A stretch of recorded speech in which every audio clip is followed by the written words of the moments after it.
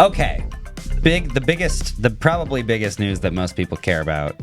Android XR is a platform that Google had announced earlier this year. We obviously saw Project Muhan, which was their Samsung collaboration headset that is exactly like a Vision Pro, but more comfortable, slightly lower quality. I actually got to try it for the first time, so that's why I'm just saying all the things. It's very comfortable, by the way. You know, it was not as high quality as Vision Pro, but it was close. But they took the Android XR platform, and the whole idea of Android XR is supposed to be it's scalable. So you can go from devices with literally 0 screens, where it's just basically using Gemini Live for you, to a full Vision Pro-esque headset, where you've got everything like in front of you and all this kind of stuff. But the biggest thing is that they finally showed off the glasses, which was very cool. And they announced partnerships where they're going to be making glasses with Gentle Monster, which is like a high fashion brand. I had to look these up. Yeah, well yeah, that one. Yeah, they're a high fashion brand. And then also, what was the other brand? Warby Parker. And then also Warby Parker, which is like a more entry level glasses brand. More popular. Yeah. So I got to try them. Marquez apparently also got to try them a long time ago. When I think I can say this, I wasn't allowed to show it. When I shot my Hold on. Yeah, I don't know if we should. I think because that was. Well, maybe we shouldn't talk about that just in case. But I finally got to try these glasses. They have a monocular display, which is sort of a little mini screen in the corner of the right eye. And if you tilt your head a certain direction, you can kind of see it. And it was a similar kind of thing to the Meta glasses, but it was like shrunken down to one small area. And I thought it was actually quite cool. When you say Meta glasses, you're talking about the Orion prototype? The Orion prototype. Gotcha. Yeah, they wouldn't tell me if they were using like waveguides or whatever, but they have a projector, so almost definitely. But effectively, they are Gemini glasses. So you have a little pill in the bottom right corner that you can turn on at any time, either by touching the side of the glasses or by invoking it with your voice.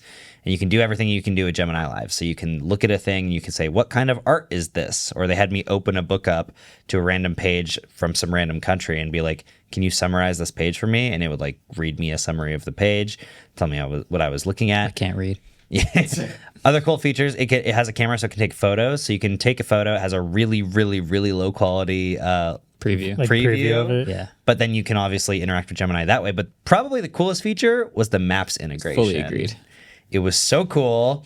It had this little, what do you even call that? When the little droplet of where you are on Google Maps, pin. And it showed a bunch of streets around you and it sort of like faded out into nothingness. Yeah. And it was fairly high resolution considering. But as you would turn your body, the pin would move too. If that part works, that's a killer feature for me. This is what Google Glass had this. This is like But Google Glass didn't have the live orientation change as you move your head. Google Glass would show you the arrow of like what your next direction is. Yeah. This one specifically had a feature where you'd be looking at the map, and when you look down, it would show a little map preview and your orientation on the map, so you could tell which direction you're supposed to go. Which is every time you start directions somewhere, that's the number one thing you have to figure out. Am I facing the right way already or no already? That 5-second dance solved. Yeah. Love that. Glass is the MapQuest directions we used to print out. And this is like Google Maps on your phone. Yeah. It was nice too, because when you would talk to it about the room or about your Google Maps location or whatever, it would have little text that would appear that would kind of come up in real time. And it was very responsive. It was a little bit weird only having it in one eye at the beginning because your eyes kind of have to adjust to that, but they eventually get used to it and you're pretty used to it. They're very light. I think they were cool. Yeah, there's a theoretical binocular display version of it, and that's the idea of Android XR, is it can be on one display or two or the whole Muhan thing or no displays. I think it's useful. I think also the translation thing that they tried on stage, which it was kind of a janky live stream that they tried to do, but similar idea, which is I'm wearing the glasses, you speak to me in a language I don't understand, and I get a live translation on the glasses. So I'm kind of like still looking at you through the glasses, but also reading what you're saying in front of me. It's kind of another real life cheat code. Right. It's pretty sweet. It does help. Yeah, I think it. this is sort of an end game that we have all been talking about for a very long time. Whether or not we can get used to everyone that didn't used to wear glasses suddenly wearing glasses, I don't know. Because a lot of people showed up to this event with the Meta glasses, and I was like, everyone looks weird. So I don't know. It's because they're all like kind of the same exact style. Yeah. And you're like, I know what you're wearing. Yeah. Yeah. So Yeah. I think that though this live translation demo, as Ellis has mentioned in the past, is such a like obvious like kumbaya, like what if all of humanity could talk to each other type thing, where like they feel like if they can solve that, then they'll have an obvious win. And this is the closest that I've personally seen They're to rebuilding the actually Tower of achieving Babel. that.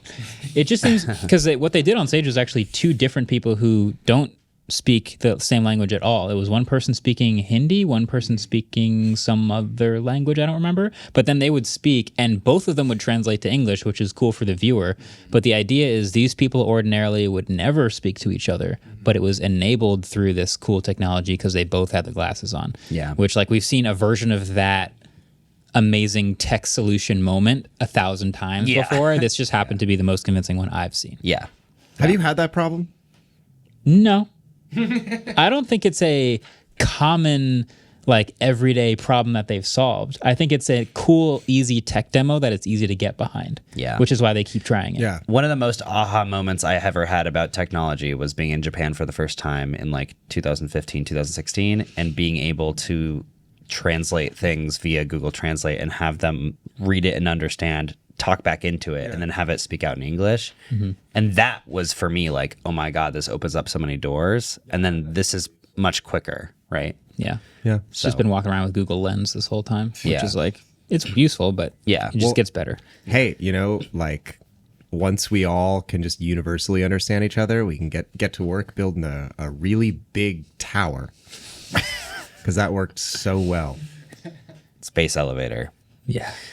So we don't know anything about pricing. We don't know anything about what the final designs are going to look like. These are very much prototypes. They wanted you to make sure that you knew that. They had signs in the mirror that were funny. like, this is a prototype. Please do not think this is the real thing. Yeah. And I think they're still experimenting with monocular versus binocular. So Just to step it back a couple, did you ask about pricing of Muhan at all? Because when we asked, they were very good at dodging that question as hard as possible. They wouldn't even like try and say the word like premium or anything. They would just be like, we are not discussing a they price. told me that Samsung was like a bit touchy about them announcing anything for Samsung. Okay. So they didn't want to say anything on Samsung's behalf. I still think they were figuring some things out. I'm just interested if we've got any closer because it's been 5 months at this point. I don't think I don't so. think we're any closer to seeing No. a price for it. No. No. I think They in did say general, it was launching this year, though.